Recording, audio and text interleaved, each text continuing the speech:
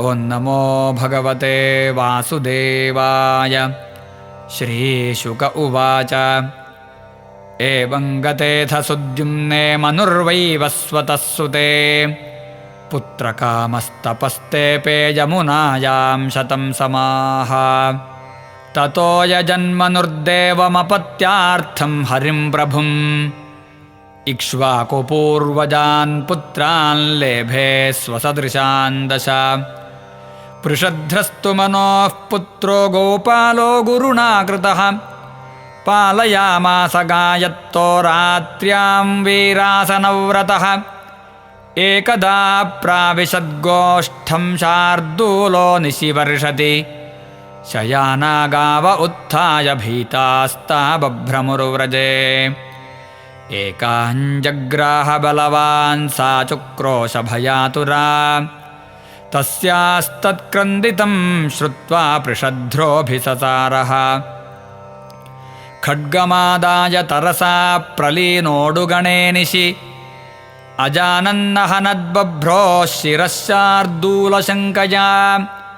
व्याघ्रोऽपि वृक्नश्रवणो निस्त्रिंशाग्राहतस्ततः निश्चक्रामभृशं भीतो रक्तं पथि समुत्सृजन्। मन्यमानो हतं व्याघ्रं पृषध्रः परवीरः अद्राक्षीत् स्वहतां बभ्रं जुष्टायान्निशि दुःखितः। तं शशापकुलाचार्यः कृतागसमकामतः नक्षत्रबन्धुः शूद्रस्तं कर्मणा भविता मुना। एवं शप्तस्तु गुरुणा प्रत्यगृह्णात् कृताञ्जलिः अधारयद्व्रतं वीर ऊर्ध्वरेता मुनिप्रियम्।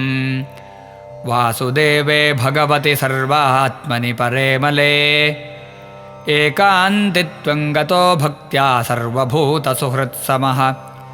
विमुक्तसङ्गः शान्तात्मा संयताक्षोपरिग्रहः यदृच्छयोपपन्नेन कल्पयन् वृत्तिमात्मनः। आत्मन्यात्मानमाधाय ज्ञानतृप्तः समाहितः विचचारमहीमेताञ्जडान्धबधिराकृतिः। एवं वृत्तो वनं गत्वा दृष्ट्वा दावाग्निमुत्थितम् तेनोपयुक्तकरणो ब्रह्म प्राप परं मुनिः। कविः कनीयान् विषयेषु निःस्पृहो विसृज्य राज्यं सह बन्धुभिर्वनं निवेश्य चित्ते पुरुषं स्वरोचिषं विवेश कैशोरवयाः परङ्गतः। करुषान् मानवादासन् कारुषाः क्षत्रजातयः उत्तरापथगोप्तारो ब्रह्मण्या धर्मवत्सलाः।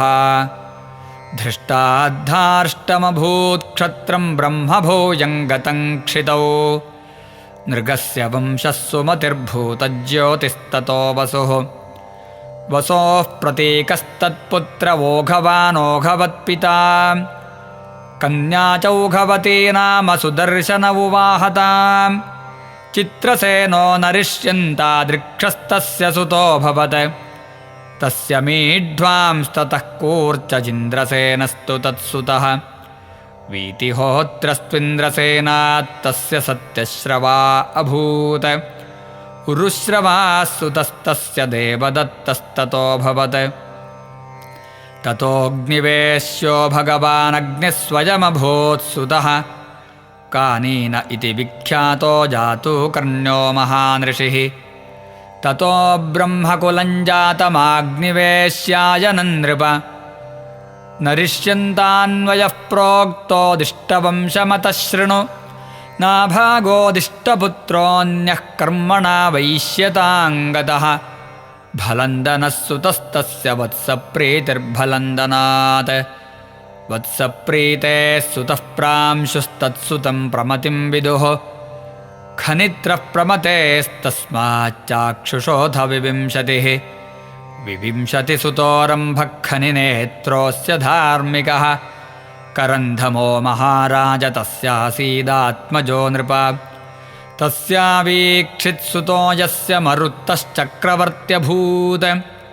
संवर्तो याजयद्यं वै महायोग्यङ्गिरः सुतः मरुत्तस्य यथा यज्ञो न तथान्यस्य कश्चन सर्वं हिरण्मयं त्वासीद्यत्किञ्चिच्चास्य शोभनम् अमाद्यदिन्द्रः सोमेन दक्षिणाभिर्द्विजातयः मरुतः परिवेष्टारो विश्वे देवाः सभासदः मरुत्तस्य दमः पुत्रस्तस्यासीद्राज्यवर्धनः सुधृतिस्तत्सुतो जज्ञे सौधृतेजो नरः सुतः तत्सुतः केवलस्तस्माद्बन्धुमान् वेगवांस्ततः बन्धुस्तस्याभवद्यस्य तृणबिन्दुर्महीपतिः तं भेजेलम्बुषा देवी भजनीयगुणालयम् वराप्सरायतः पुत्राः कन्याचेडबिडाभवत्